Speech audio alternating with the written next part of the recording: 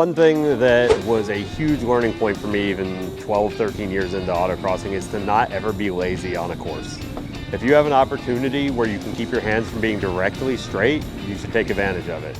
If you're going down course and even this much steering angle is going to give you a quarter of an inch more room to make a corner, take advantage of it. If your hands are straight, you're being lazy and you're not taking advantage of where you need to be on course.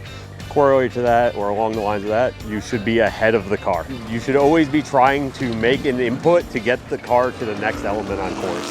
You shouldn't be working at where you are, you should be trying to get the car further towards where you need to be next. Make things easier for yourself, give yourself more room. If you feel that you're fighting the car, you are going to lose. The car weighs 2,000 to 4,000 pounds. If you are mid-corner and you want to try and force the car to do something, it's going to do what it wants to. You can only make suggestions. You can't force a car to do something. Additionally, everybody starts a course off with an optimal time. You're gonna hear a lot of people like, I tried to make up time on course. I made a mistake and I tried to make up time, catch up. Nobody has ever made up time on an autocross course. They've either ran to their strategy and stayed even with what was possible or lost time. If you lose a run, you make a mistake in the middle of it, put it behind you, and try to drive the rest of the run the way you intended to. You're not gonna help yourself by trying to dig a bigger hole and try to find your way out of it.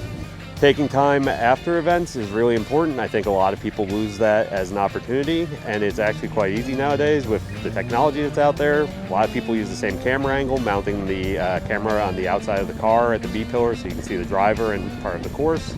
So it makes it really easy to compare your runs or other people's runs and help you learn where they're going. 99% of the time on course, the car is going to end up in the same place no matter what the car is.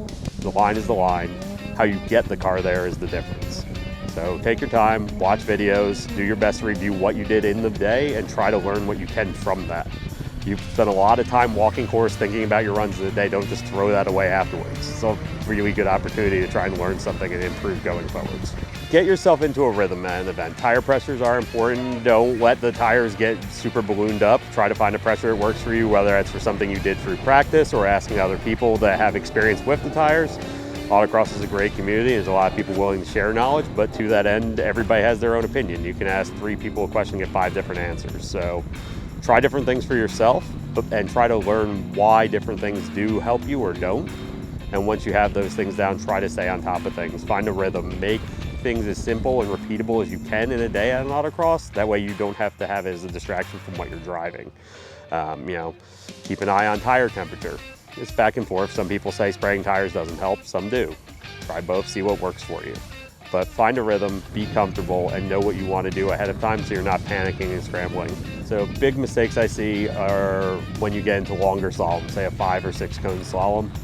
People get into the middle of the slalom and the pacing's even on the cones, but they keep trying to drive harder or adding speed, and then they get late through the middle of it, and then they get to the end of the slalom and they are way offline trying to recover. And there's a lot more to be gained in most cases getting out of a slalom accurately early and getting to the next element than there is carrying speed through the middle. So once again, if you get behind, try to reset yourself. I see people screw this up all the time. They make a mistake and then they're not willing to take a breath and get back to plan. They just try to drive through it, get further behind, have to work harder, the car pushes, the tires are grinding. You are fighting yourself. You are not going to win. Take a breath, relax, get back on plan. Support brands that support Grassroots Motorsports. Get your chemical solutions from CRC Industries. Visit crcindustries.com to learn more.